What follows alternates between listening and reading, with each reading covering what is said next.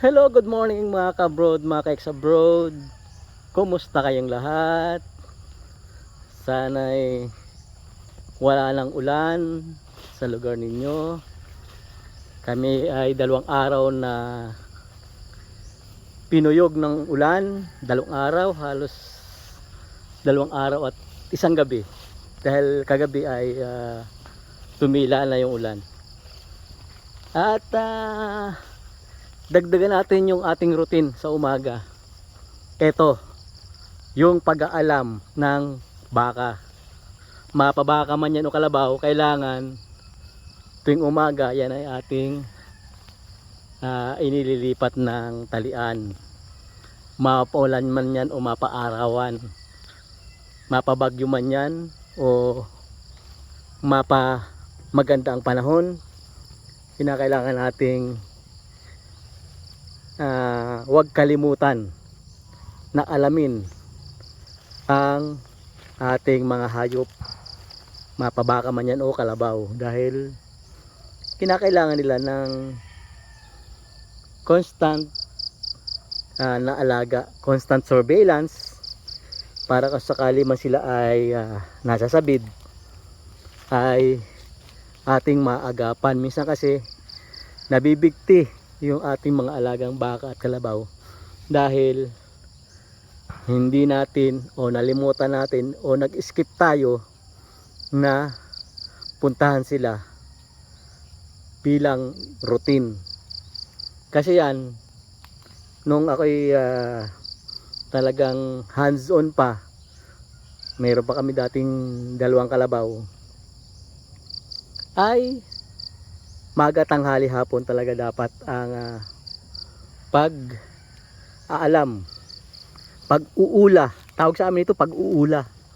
Pag-uula ng kalabaw man o baka. Yan.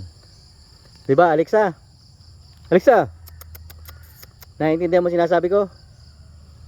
Yan. Talagang maga, tanghali, hapon dapat ang lipat niyan.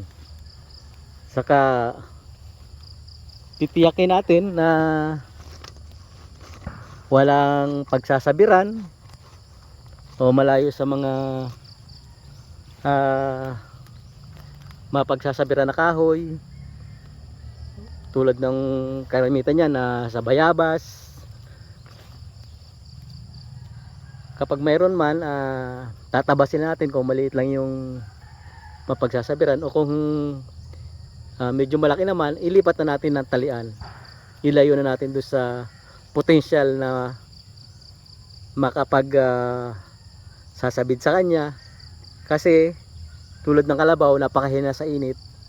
Kapag yan ay inabot ng mga 2 oras na nakabilad sa araw, ay sigurado mangangain ka ng tapang kalabaw. Di ba, Tyler? Ito nga pala, meet Tyler. Ito, Tyler. Kumusta ka na, Tyler? Hindi ka ba nilamig sa ulan? Yan po ang bakang si Tyler. Hindi ko po to baka. Hindi ko to baka. Inaalam ko lang at wala yung may-ari. Nangahabol. Yan ang kalaro-laro ni Alexa. So, yan mga ka-abroad, mga ka-ex-abroad, ang isa pa nating routine, yung pag-aalam ng kalabaw at baka. So, lilipat na natin. Lilipat na kita, huwag kang mag-alala. Sige na, tara na.